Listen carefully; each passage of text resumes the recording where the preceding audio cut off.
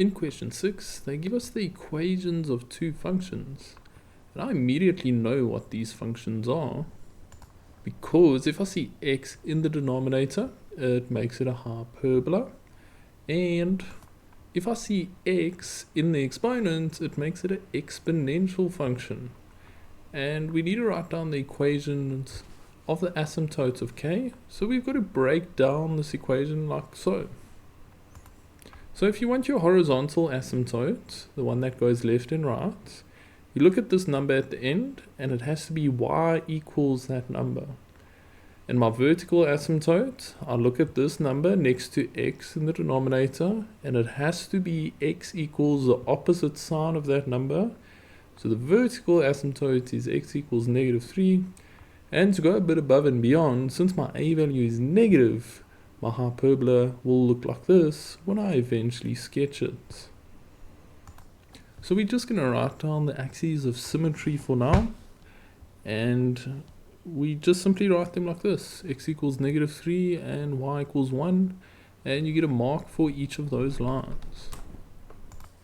And next up, we need to determine the x and y intercepts of k. So we use the following rules to get the intercepts. To get the x-intercept, I make y equals 0 and solve for x. Now k of x is a fancy placeholder for y. So I'm going to rewrite this equation, but instead of k of x, I'm going to write y. Just like that, I just change k of x to a y. Now what I'm going to do is make that y 0 and solve for x. So I'm going to change this y to a 0. And after I change that to a 0, I'm going to yoink this +1 over, and it becomes -1. And then once that's out the way, I'm going to multiply this bracket up to that side, or you can see it as I'm timesing both sides by x plus 3. And after I do that, I'm simply just left with a -4 on this side, and on this side I've got -1 times x plus 3. And now I'm going to divide both sides by this -1 to get rid of it, and to work my way towards getting x by itself.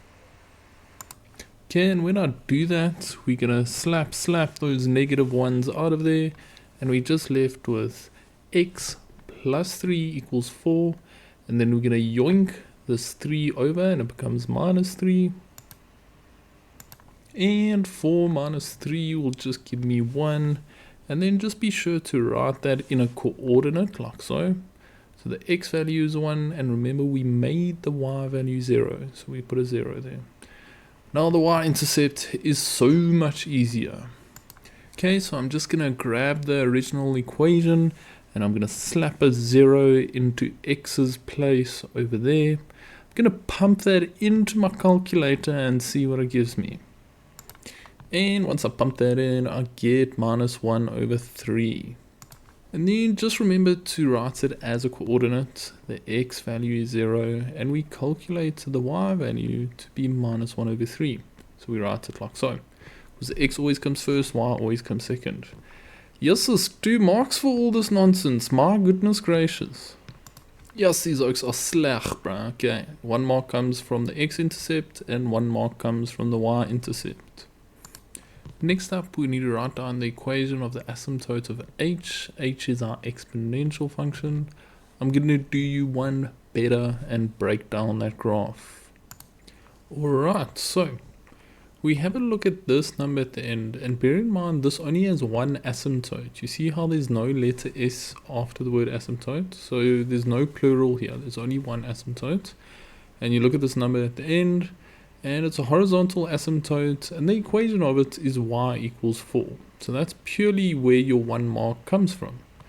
But I like to go a couple of steps further and analyze this graph. So to know what this graph is going to look like, I need to know what the base is.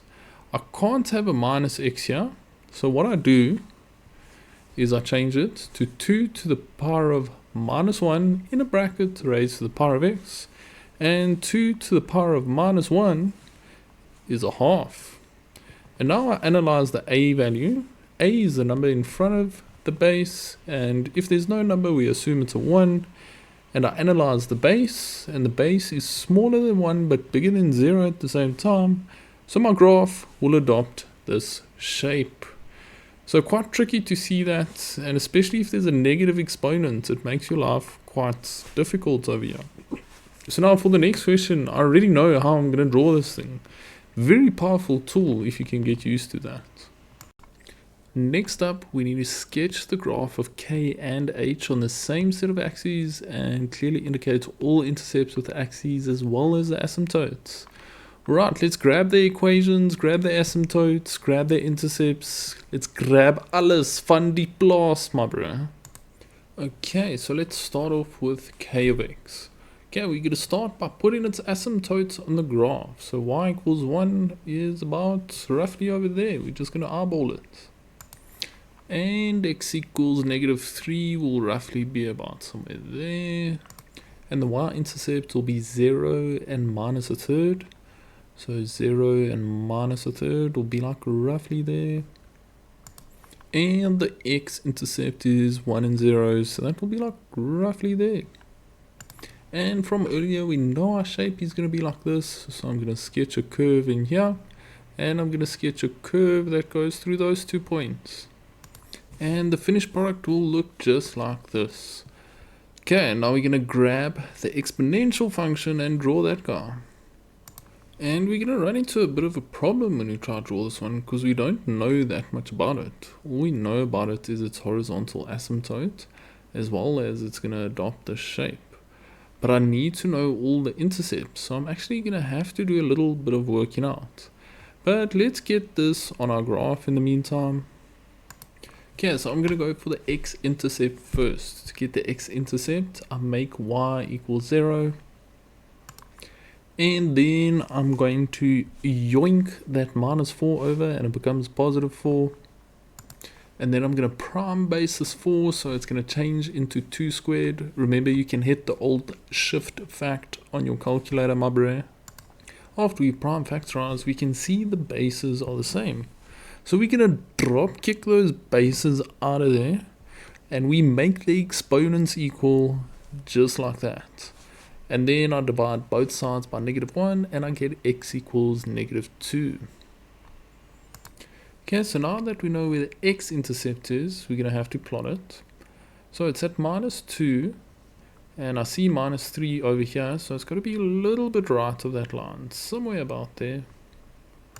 Oh, and now the y-intercept is so much easier, bro. So I just change this x to 0. Okay, then we're just going to slap that in our calculator, dollar the equals here, and we get -3. So we know that that evaluates to -3. So now we know exactly where the y-intercept is. It's at 0 and -3. And that will roughly, it will have to be above -4, so it will like roughly be there. And 6 years later, we can draw this shape through those 2 points. And yeah, we are done. Okay, let's have a look where the 4 marks come from over here. Okay, so the first mark comes from the correct shape of k, which is the hyperbola. Second mark comes from the intercepts for both graphs. The third mark comes from the asymptotes from both graphs. And the fourth mark comes from the correct shape of h, which is our exponential function, bruh. Next up, it tells us that p of x, which is a completely new function, is equal to 3 times h of x, and they want us to write down the equation of the asymptote of p. I like doing calculations instead of writing it down. It just makes me a lot more comfortable. So I'm going to rewrite this, but instead of h of x, I'm going to leave an open set of brackets. So I'll do it like this. P of x equals 3 times a big bracket. Now h of x has this equation. So I just slap that in there into h of x's place. Okay, after that's out the way, we're going to distribute that 3. Okay, so when I distribute that 3, we just kind of glue it onto the front of that 2 to the power of minus x, and 3 times 4 is 12, and I keep the negative over there, and now I can read the equation of the asymptote. It's the number at the end here, my Chana bean, And then just remember that it's a horizontal asymptote, so it's got to have a y equals in front, and then we're just going to get 1 mark for our answer over there. In 6.6, we need to write down the equation of Q, the reflection of H in the y-axis. They should say about the y-axis or over the y-axis, but same, potato, bro. Okay, so we've got to know a golden rule over here. And that golden rule is that when you reflect over the y-axis, x changes to negative x. So I'm going to rewrite this, but it's a completely new function that's q of x. And wherever you see an x, you leave an open bracket. And then inside that bracket, we're going to change x to minus x. And then we're just going to go ahead and simplify that a little bit. A minus times a minus is a positive. So I can simplify q of x to 2 to the power of x minus 4. I don't like to write these down. I like to do calculation steps. You're not going to lose any marks if you do that. So please, by all means, go ahead and take your time. Be comfortable. And your 1 mark just comes from that equation over there. And our last question for this paper asks, determine the x values for which h of x minus q of x equals 0. So that's just blowing a little bit of smoke in your face here. What we're going to do is move this minus qx over to the other side to get this. H of x equals q of x. So it's a very fancy way of asking you, where are the graphs equal? Where are they touching each other? So we're going to need to go back to our sketch to actually help us out with this one. So if we have a look at our sketch, I see it's touching over here and they are touching over there. So that's what they're asking for. And quite frankly, there's a bit of a mistake with this question because we simply do not have the math skills to calculate these points in high school. So we've just got to eyeball this. We've just got to give our best guess as to what these are going to be. And you see over here, they only want x values. So I'll follow that one up to the x-axis and I'll follow that one down to the x-axis. And I'm just going to take an educated guess as to what they will be. This one looks like an x value of -1. And this one I'd say looks like an x value of maybe -4. And you'll purely just get 1 mark for your answers there.